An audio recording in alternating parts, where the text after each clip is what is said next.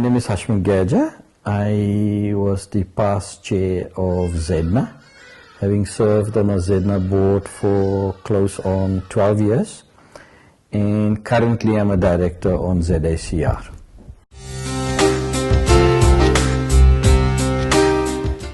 Yeah, I think I was thrust into the environment when there was attempts by government to regulate the internet industry.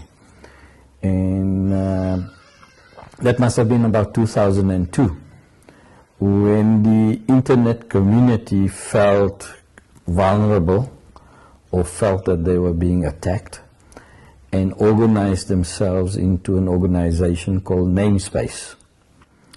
And Namespace largely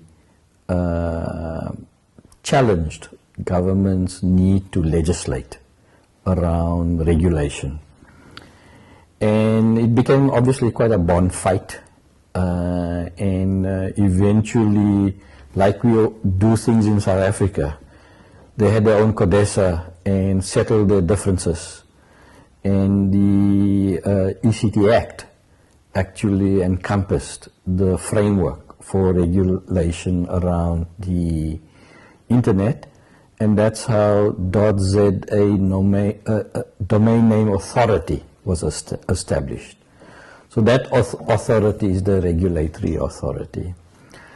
And that's how we were appointed in 2003, December, the first board of ZACR.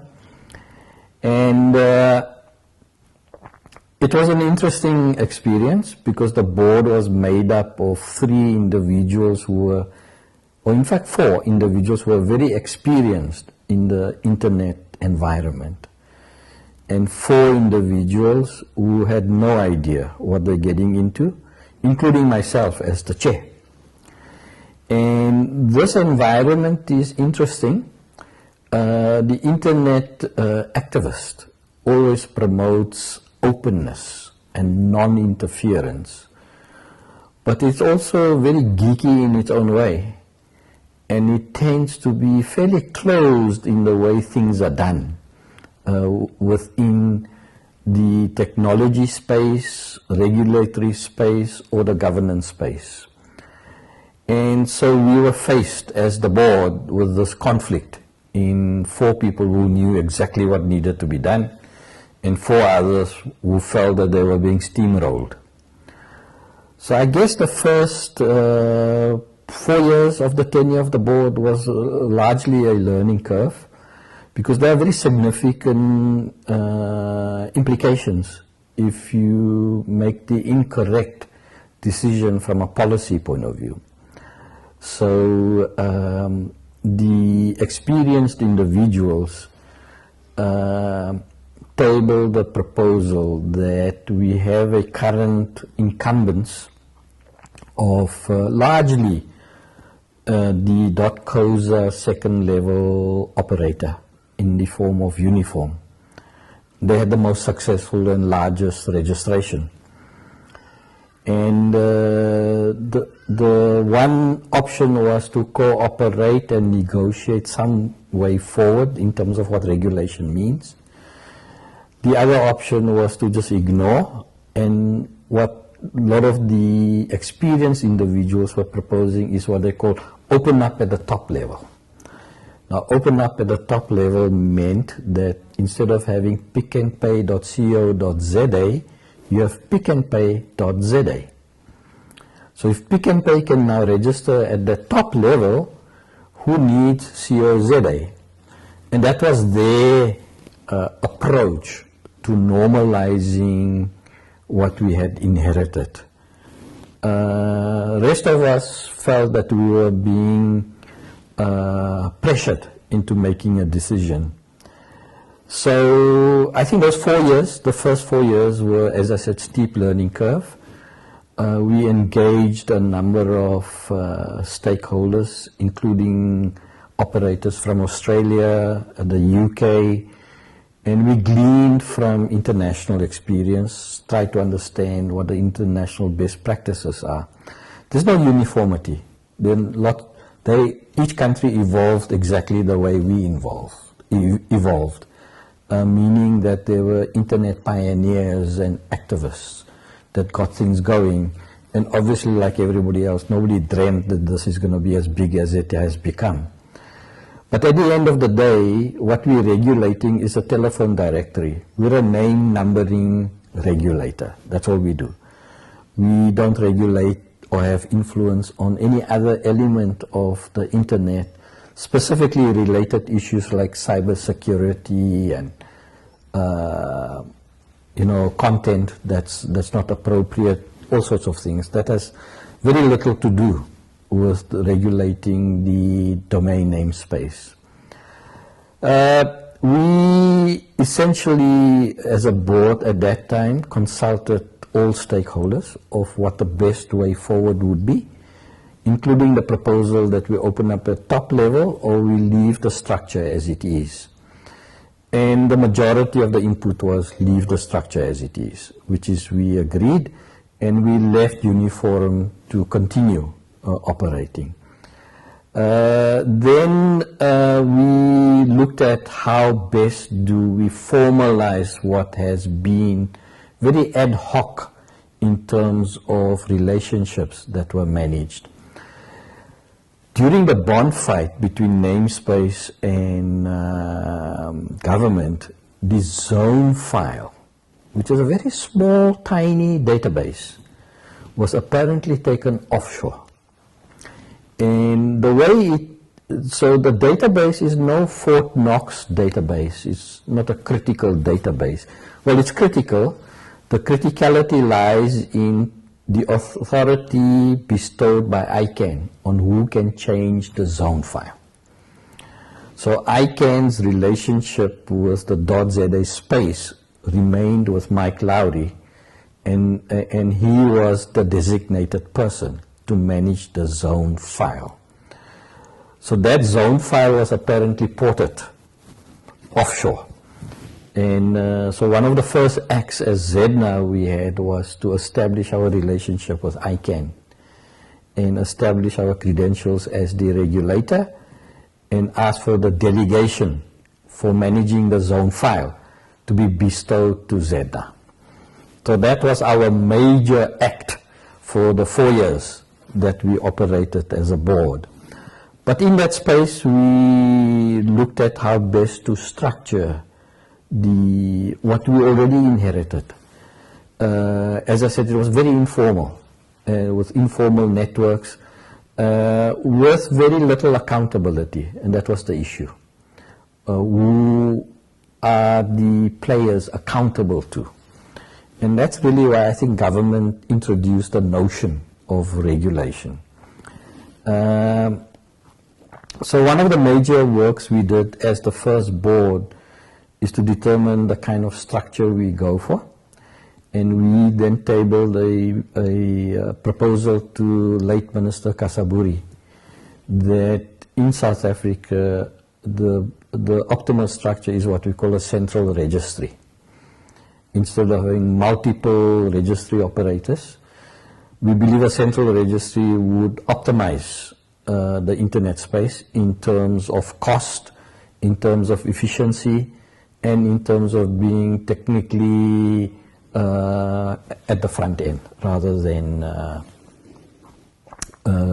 trying to play catch up. What we did realize is that the pioneers that did evolve the internet were very good. And the team that developed the platforms and the technology to manage these second level domains had done unbelievable work. So during that time, we were obviously solicited by many international players to operate the registry. So as a board, we took a decision that our solution will be homespun. It will come locally. We have the competency, and we will thwart any international player coming in. And secondly, that we will need to address the issue of diversity in skills in the space. Up to now, I don't think we've met that anywhere near where it should be. So if you look at the participants at iWeek and you look at the internet practitioners, real true domain namespace practitioners, they are almost non-existent at the moment. Almost non-existent. So I think that was the first board's tenure. Was frustrating because we were not funded as was promised. So our real funding only came about 2.5 years later after we were established. So we had to hold our own meetings and fund ourselves and really get around with a little bit of support from Uniform. It was critical that we participate at international fora. So many of the directors were given the opportunity to participate in ICANN meetings. So that, and thanks to Uniform, we were able to do that.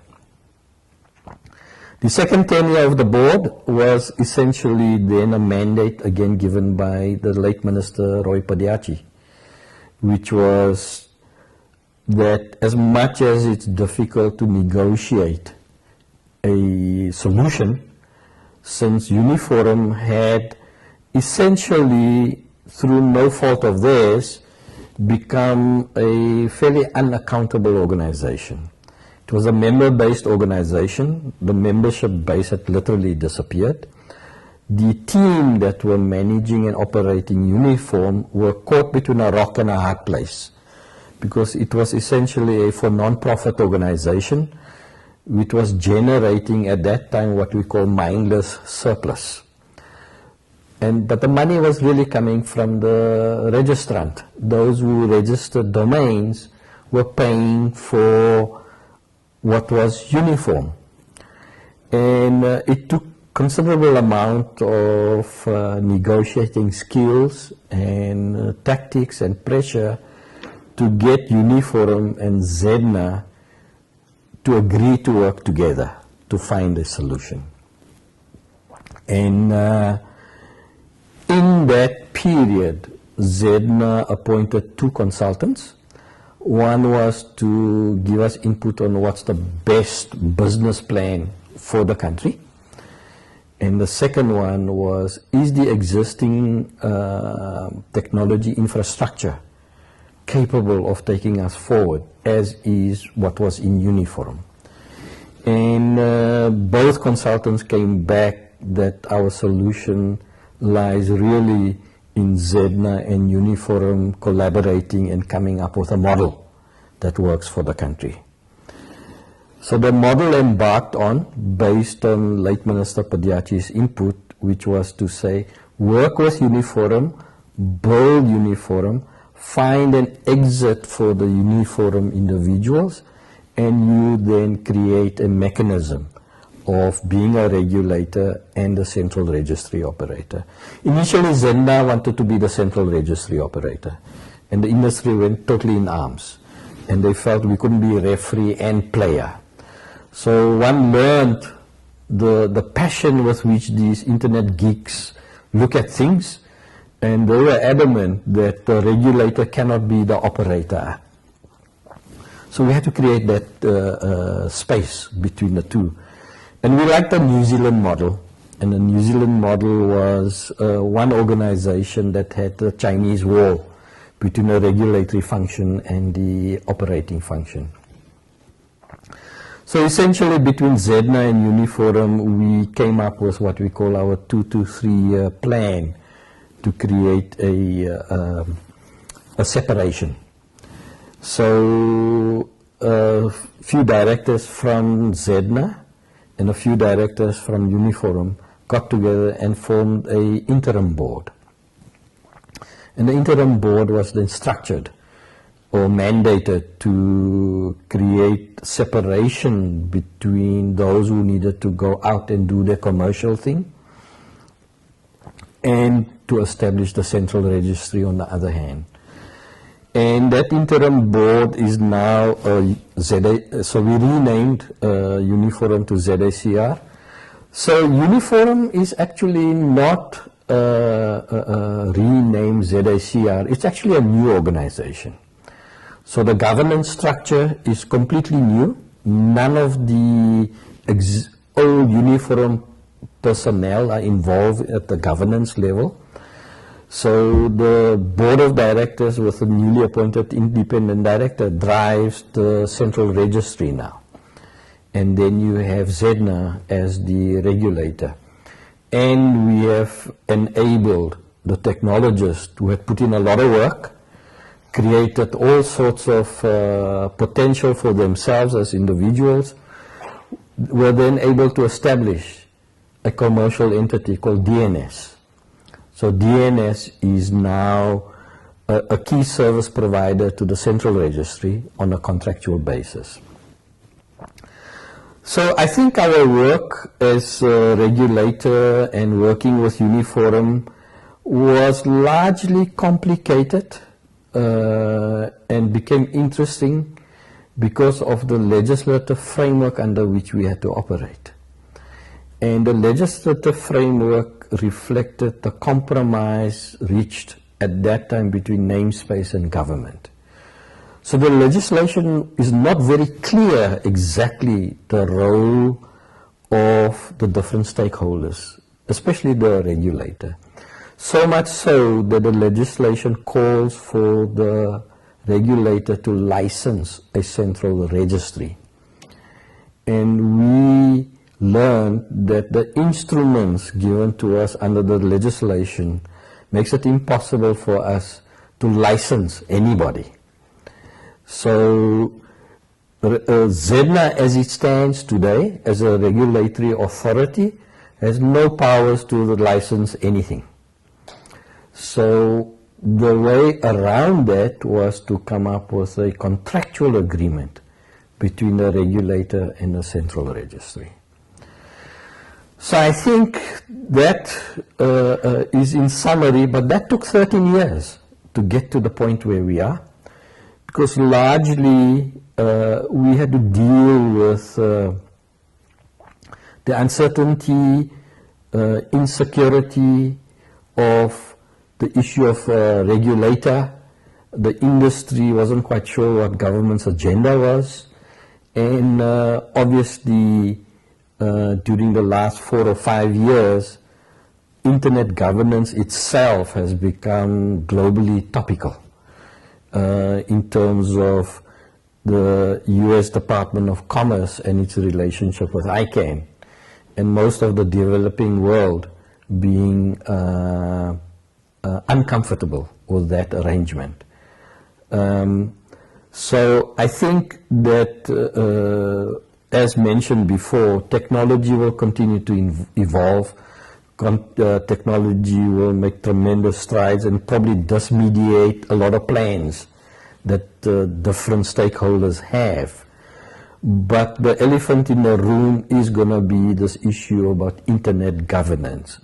How does one maintain collective involvement and participation, and yet who are we all accountable to? And I think that's going to be the tension that will be there for quite some time.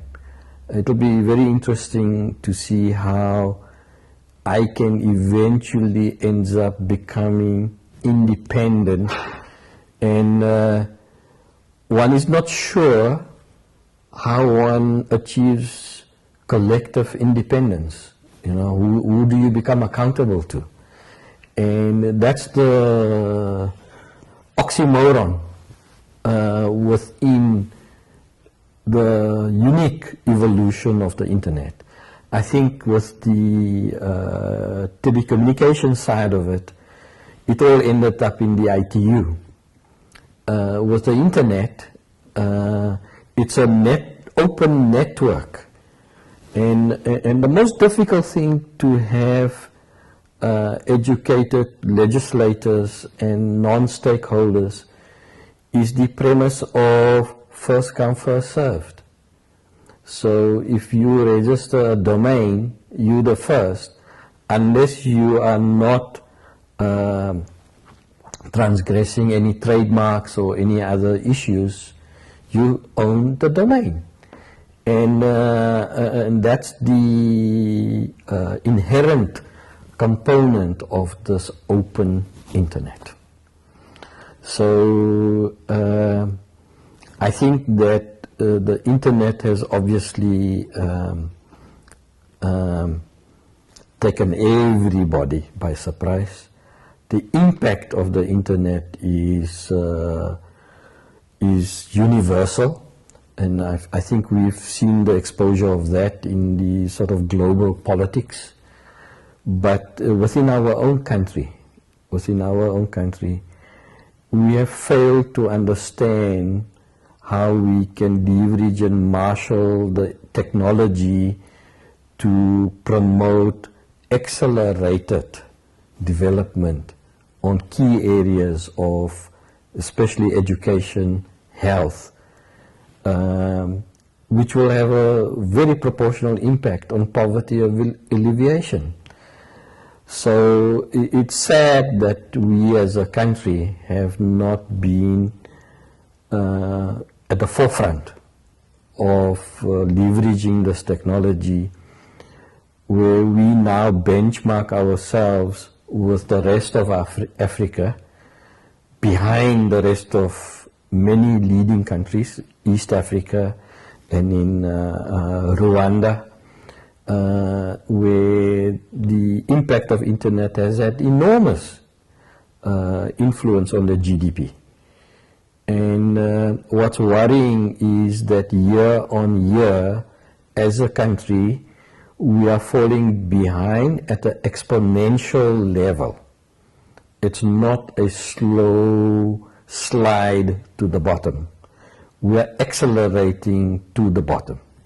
And to me, that's been the most frustrating part of being involved in this environment.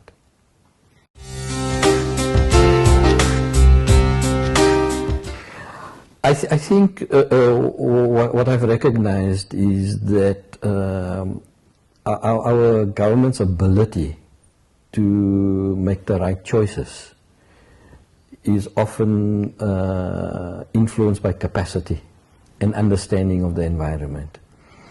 And the model we have developed here are focused on two areas. One is a central registry that operates and provides stability and continuity. So internet is very dependent on stability.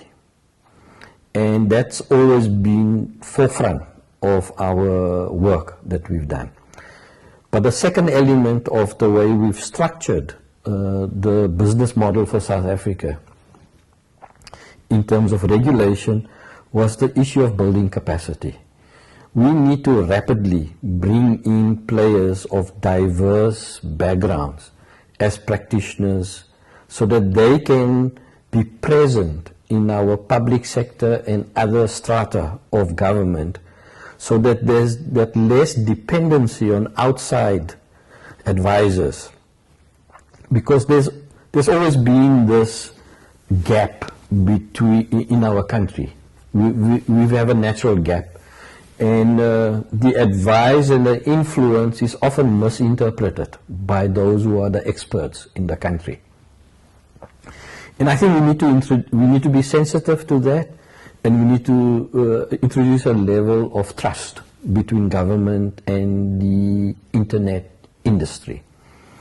And I think once that gap is closed, and once there's a better understanding of what is possible to govern and what is not possible to govern, will then essentially influence the way we verbalize how we approach the issue of internet.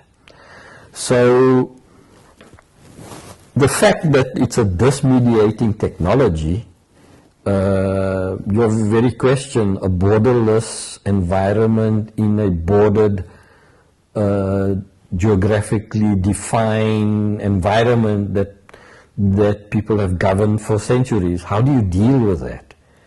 And I think everybody's grappling with that. So it's not unique to South Africa. I think it's a universal problem. Clearly, there needs to be some form of responsibility and accountability. So I think there are very many unexpected outcomes of the internet, but they don't seem to outweigh yet the benefits of the internet. So we need to figure out how that pendulum is going to remain, to figure out how we deal with this.